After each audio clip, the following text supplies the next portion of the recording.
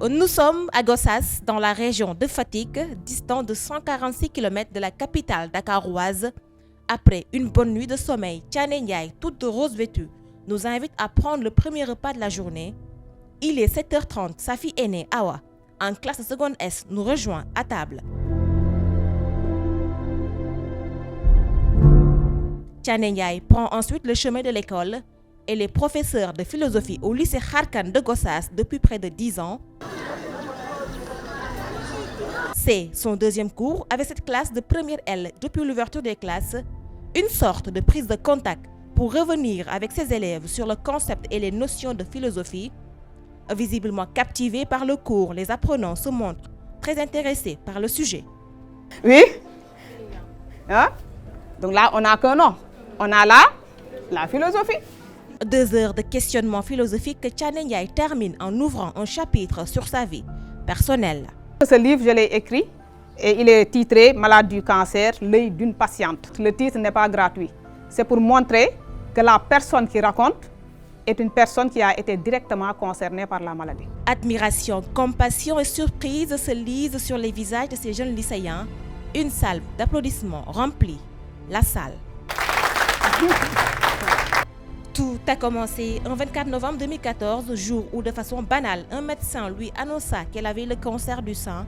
Les signes de la maladie étaient pourtant perceptibles 2 ans plus tôt. En 2012, Thiané avait ressenti des nodules au niveau de son sein. Faute de moyens, elle n'a pas pu se payer une mammographie onéreuse à l'époque. Mes enfants étaient encore très petites, j'ai 2 filles.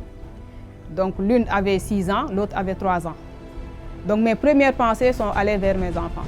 Donc je me suis demandé qu'est-ce que mes enfants vont devenir si je meurs. Thiané Ndiaye vient de loin, mais contre mauvaise fortune, elle a fait bon cœur. Après le diagnostic, les souffrances commencent par la biopsie. Une partie de son sein a été arrachée, selon elle, sans anesthésie par 3 jeunes médecins. Parce que la biopsie, c'est une sorte d'intervention. On coupe une partie donc, du sein pour aller amener ça pour des analyses. Et il s'est trouvé que l'anesthésie n'avait pas fonctionné, donc j'ai ressenti toute la douleur. Les choses se compliquent. Par la suite, la plaie ne se referme pas. Une ablation mammaire s'en est suivie. Donc c'est clair que quand vous vous réveillez et qu'il vous manque quelque chose, c'est vrai que vous éprouvez un manque. Parce que le sein aussi, c'est quelque chose qui a un rôle important dans la vie de la femme.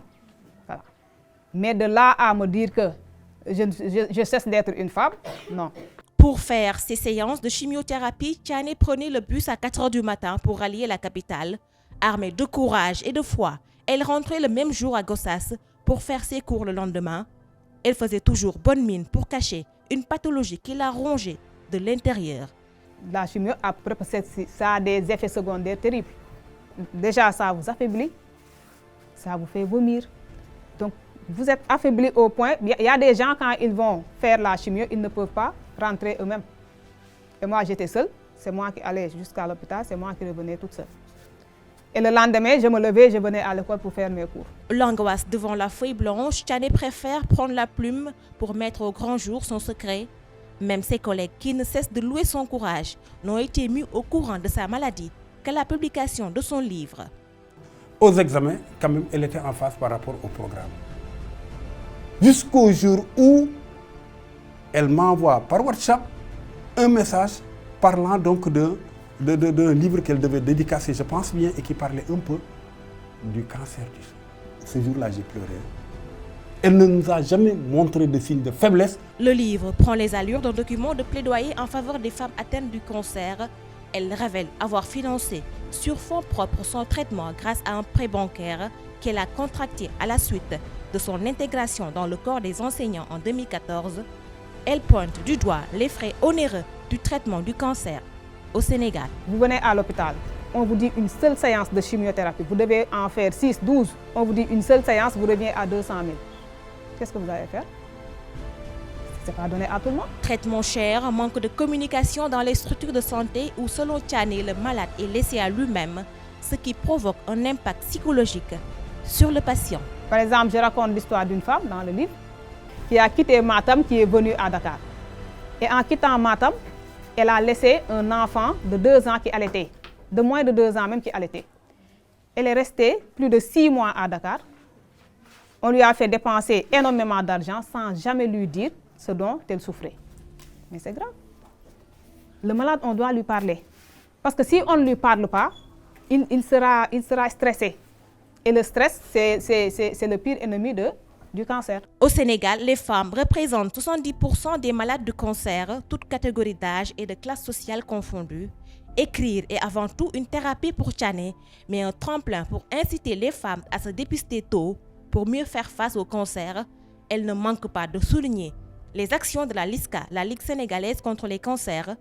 Pour cette organisation, le fait de dépister tôt le cancer donne 90% de chances à la patiente de guérir.